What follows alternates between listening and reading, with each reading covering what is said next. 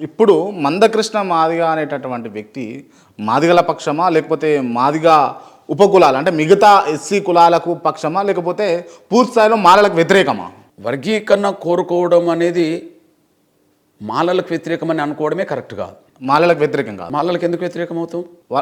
క్లియర్గా కాదా? వర్గీకరణ జరిగితే మాలల వాట మాలలకు వస్తుంది, వర్గీకరణ జరిగితే మాదిగల వాట మాదిగలకు వస్తుంది, వర్గీకరణ జరిగితే ఇతర కులాల వాట ఇతర కులాలకు వస్తుంది. ఇవాళ ఎవరికి వ్యతిరేకం అన్నట్టు? మేము మాలలకు ఎందుకు వ్యతిరేకం? అయితే వాళ్ళే మాదిగలకు వ్యతిరేకం, వాళ్ళే ఇతర కులాలకు వ్యతిరేకం. ఎవరు? మాలలు. వర్గీకరణ అడ్డు తగిలేటోళ్ళే, వర్గీకరణకు మేము వ్యతిరేకం అనేటోళ్ళే మాదిగలకు వ్యతిరేకం, ఇతర కులాలు కూడా వ్యతిరేకం. ఎందుకు వ్యతిరేకం? మాదిగల వాట మాదిగలు అడుగుతుండ్రు, ఇతర కులాల వాట ఇతర కులాలకు పోవాలంటారు. మరి మేము అది మాలలకు వ్యతిరేకం అన్నట్ట? కానీ మేము మాత్రమే రిజర్వేషన్ల ఫలాలు పొందుతాం, ఇందులో ఎవరికి అవకాశాలు రానివ్వమనేది మాదిగలతో పాటు ఇతర కులాలకు వ్యతిరేకం. అందులో మాదిగ దండోరా లక్ష్యమైన వర్గీకరణ లేదా మేము మాట్లాడిన మాటలు లేదా మేము పోరాటం మాలలకు వ్యతిరేకం కాదు. మా వాట మాకు రావాలి, ఇతర ఎవరి వాట వాళ్ళకి పోవాలి అని చెప్పి. రైట్. వీళ్ళు తీసుకొస్తుంది ఏంది అని అంటే క్లియర్గా మాలలు రాజ్యాంగబద్ధ వర్గీకరణ జరగాలి అని చెప్పేసి. దీన్ని ఏకీభవిస్తారా మీరు? ఇప్పుడు ఎవరి పరిధి వాళ్ళకు ఉంటుంది. ఈ దేశం ప్రజాస్వామ్య వ్యవస్థ 4 పునాదుల మీద ఆధారపడి ఉన్నది. చట్టసభలు, బ్యూరోక్రసీ, ఓకే, న్యాయ వ్యవస్థ, మీడియా, అంతేనా? ఎవరి స్వేచ్ఛ వాళ్ళకు ఉన్నది, ఇంకొకరి స్వేచ్ఛలోకి ఇంకొకరు అడుగు పెట్టద్దు, అంతే కదా? వాస్తవమే కదా? స్వేచ్ఛను మించిపోతే ఎవరైనా అడుగు పెట్టడానికి అవకాశం ఉంటుంది. మరి ఈ దేశంలో సుప్రీంకోర్టే 2004లో స్టేట్కి పవర్ లేదని ఒక 5 జడ్జీలు తీర్పిచ్చారు కదా. అప్పుడు వీళ్ళందరూ సుప్రీంకోర్టు తీర్పే ఫైనల్ అన్నారు కదా. ఎవరు? ఎస్సీ వర్గీకరణ వ్యతిరేకించిన వాళ్ళు ఎస్సీ వర్గీకరణ రద్దు అయినప్పుడు మరి రద్దు చేసింది ఎవరు? ఎస్సీ వర్గీకరణ 2004లో రద్దు చేసింది ఎవరు? సుప్రీంకోర్టే. 5 జడ్జీలతో కొన్న రాజ్యాంగ ధర్మాసనం ఎస్సీ వర్గీకరణ చేయడం తప్పు అని చెప్పేసింది, స్టేట్ పవర్ లేదని చెప్పేసింది. అప్పుడు ఈ వర్గీకరణ వ్యతిరేకించిన వాళ్ళందరూ సుప్రీంకోర్టు తీర్పిచ్చింది కాబట్టి ఇంకా వర్గీకరణ జరగద్దు, సుప్రీంకోర్టు రాజ్యాంగంలో భాగం కదా అని చెప్పి వీళ్ళు మాట్లాడుకుంటూ వచ్చాను కదా. సో ఇవాళ కూడా అదే భాగం అని అంటారు. నేనంటే 5 జడ్జీలు వర్గీకరణ కనుకలకు తీర్పిచ్చినప్పుడు, వర్గీకరణ విధిని తీర్పిచ్చినప్పుడు, రాజ్యాంగబద్ధమైనప్పుడు, చీఫ్ జస్టిస్ ఆధ్వర్యంలో 7 జడ్జీలతో కొన్న రాజ్యాంగ ధర్మాసనం వర్గీకరణ తీర్పిచ్చినప్పుడు రాజ్యాంగ వ్యతిరేకం ఎట్లా అవుతుంది? న్యాయ వ్యవస్థ రాజ్యాంగంలో ఉండబడే చట్టపరంగా న్యాయ వ్యవస్థ ఏర్పడలేదా?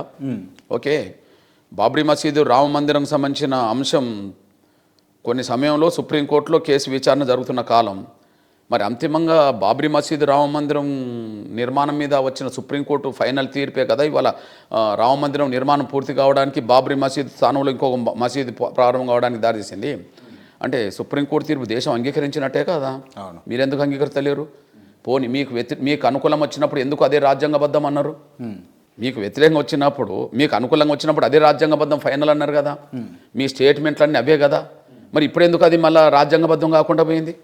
అందువల్ల న్యాయ వ్యవస్థను గౌరవించడం అనేది కూడా వీళ్ళు చేతలేరనేసి రుజువు అవుతుంది. కానీ ఉత్తరప్రదేశ్, బీహార్ లాంటి రాష్ట్రాలలో ఏబిసిడి వర్గీకరణ జరగొద్దు అని అపోనెంట్గా ఉన్నారా లేరా మాదిగలు? ఏంటంటే ఏ రాష్ట్రంలో ఏ కులం వాళ్ళ జనాభా కంటే మించి పొందిందో ఇప్పటివరకు చరిత్ర ప్రకారంగా వాళ్ళు ఇతర కులాల అవకాశాలకు అడ్డు తగులుతున్నారు. వాళ్ళు ఇక్కడ మాలలు కావచ్చు, మహారాష్ట్రలో మహార్లు కావచ్చు, ఉత్తరప్రదేశ్లో చెమార్లు కావచ్చు, ఎవరైతే జనాభా కంటే మించి పొందడమే ఇతర కులాల అవకాశాలు కొల్లగొట్టడానికి దారితీసింది. అవును, ఉత్తరప్రదేశ్లో చెమార్లు ఇతర కులాల అవకాశాలు కొల్లగొడుతుండ్రు, కానీ అక్కడ వర్గీకరణ డిమాండ్ ముందుకెళ్తుంది కదా. అంటే వెనకబడ్డ దళిత కులాలు ఉన్నాయి కదా, వెనకబడ్డ దళిత కులాల అవకాశాలను అంగీకరించకుండా అడ్డు తగులుతామని మాట్లాడేది ఎవరు? చెమార్లే కదా. ఇప్పుడు చెమార్లకు ప్రతినిధి ఎవరు? మాయావతి కదా. మాయావతి వర్గీకరణ వ్యతిరేకం అంటుంది. ఇక్కడ వర్గీకరణ వ్యతిరేకమైనటువంటి ఎవరు?